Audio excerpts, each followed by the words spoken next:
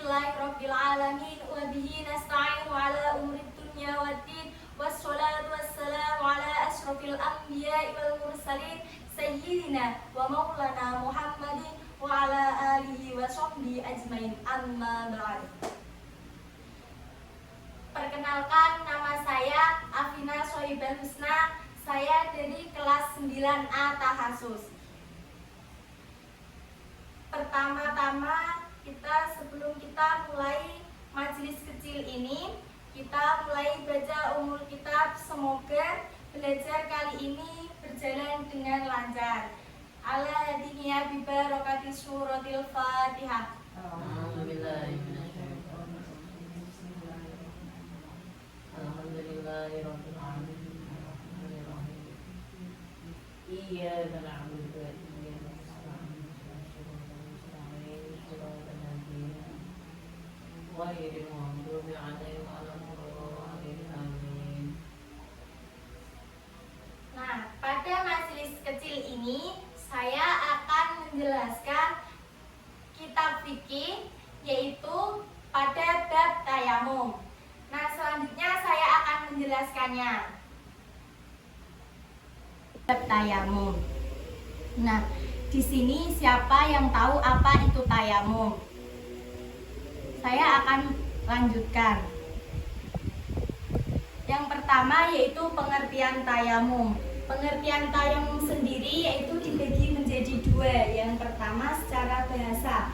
Secara bahasa adalah menyengaja. Sedangkan secara istilah yaitu mendatangkan debu yang suci, mensucikan pada anggota tertentu, yaitu anggotanya kedua tangan dan wajah, dengan syarat tertentu sebagai pengganti wudhu dan pengganti mandi. Dari pengertiannya sendiri yaitu dengan syarat tertentu. Nah, selanjutnya saya akan menjelaskan tentang syarat-syarat tayamum. Yang pertama yaitu karena adanya udzur. Udzurnya sebab sakit atau musafir.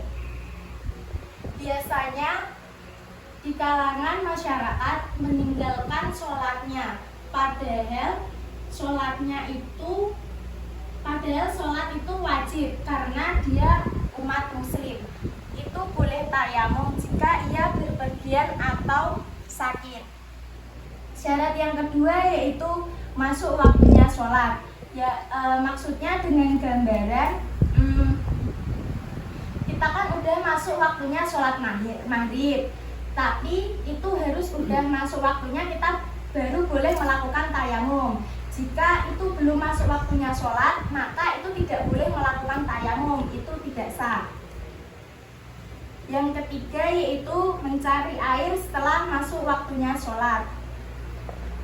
Maksudnya yaitu semisal kita kan tidak di tempat penduduk kita sendiri, kita lagi berpergian, kita tidak tahu di mana tempat itu air berada, maka itu kita udah mencari kemana kemari, tetapi itu tidak ada air, tapi udah masuk waktunya sholat, maka diperbolehkan untuk tayamum.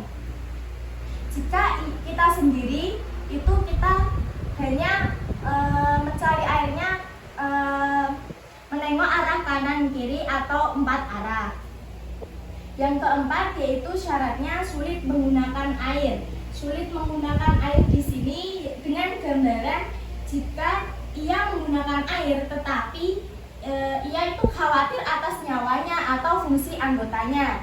Semisal kita ada di titik A, tetapi di titik B itu ada air. Jika kita ingin mengambil air, tetapi di situ ada hewan buas, kita takut kehilangan nyawanya, maka kita diperbolehkan untuk tayamum.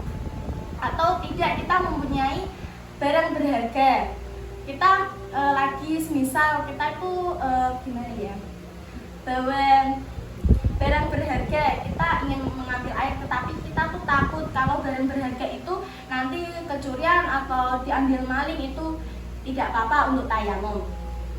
Sedangkan yang khawatir atas fungsi anggotanya, semisal ada anggota yang sakit, yang pada anggota wudhu, itu tidak boleh untuk terkena air, takut tambah parah atau tambah buruk atau gimana, itu diperbolehkan untuk tayamum.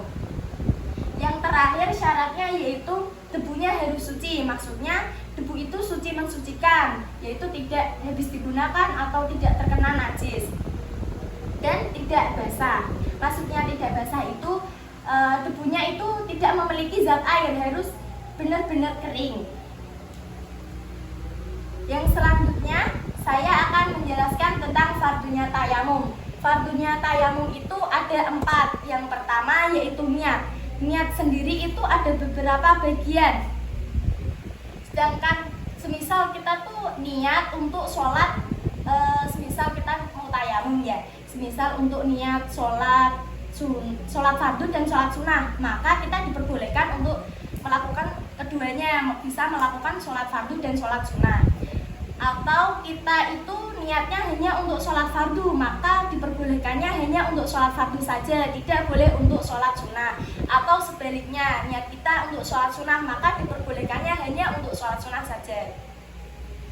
Yang kedua yaitu mengusap wajah. Mengusap wajah di sini ada bagiannya, yaitu panjangnya dari tempat tumbuhnya rambut hingga lahya ini, yaitu 2 rahang tempat tumbuhnya gigi. Dan lebarnya dari telinga 1 hingga telinga 1, ini lebarnya. Dan yang fardunya yang ketiga yaitu mengusap kedua tangan hingga siku-siku.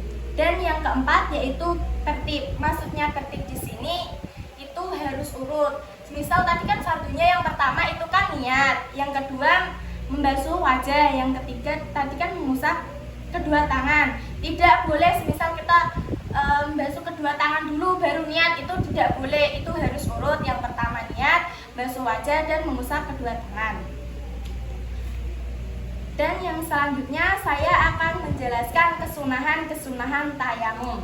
Kesunahan di sini ada 3. Yang pertama, kita harus membaca basmalah sebelum kita bertayamum. Kita disunahkan untuk membaca basmalah.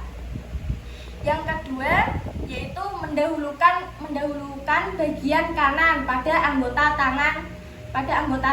Kita harus mendahulukan bagian tangan yang paling kanan. Jika wajah itu mendahulukan bagian atas daripada yang bawah. Nah, dari keterangan saya di sini ada yang bisa ditanyakan?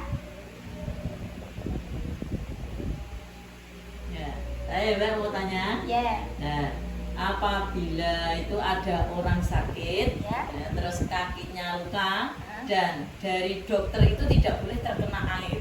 Terus bagaimana cara bersucinya?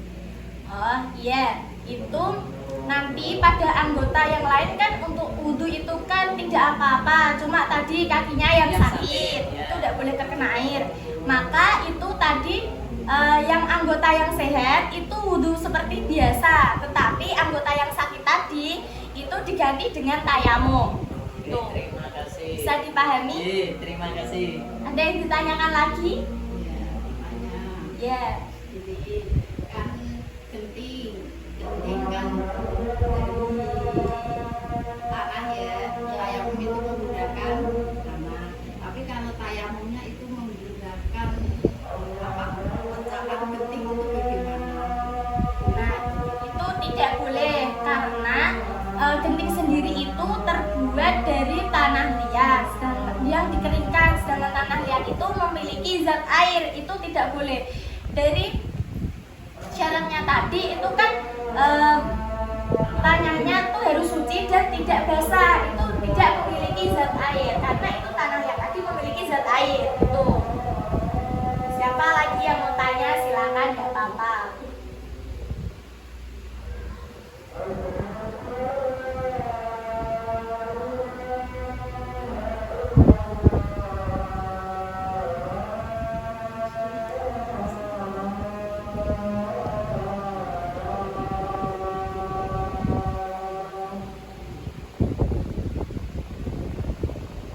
Ada yang ditanyakan lagi? Atau yang tadi saya jelaskan tidak paham boleh ditanyakan lagi, saya akan mengulanginya lagi, nggak apa-apa.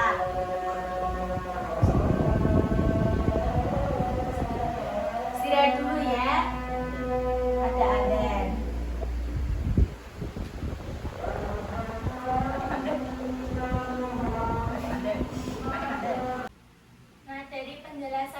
saya tadi tayamum.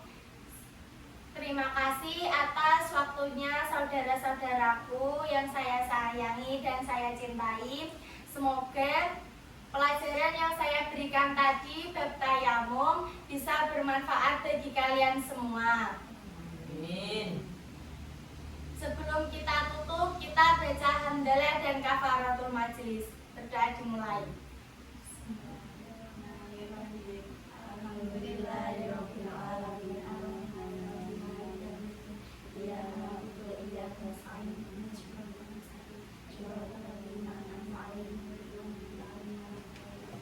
Bismillahirrahmanirrahim. Subhanakallahumma wa bihamdika asyhadu an la ilaha illa anta astaghfiruka wa atubu ilaik. Wassallallahu ala sayyidina Muhammad wa ala ali sayyidina Muhammad walhamdulillahi rabbil alamin.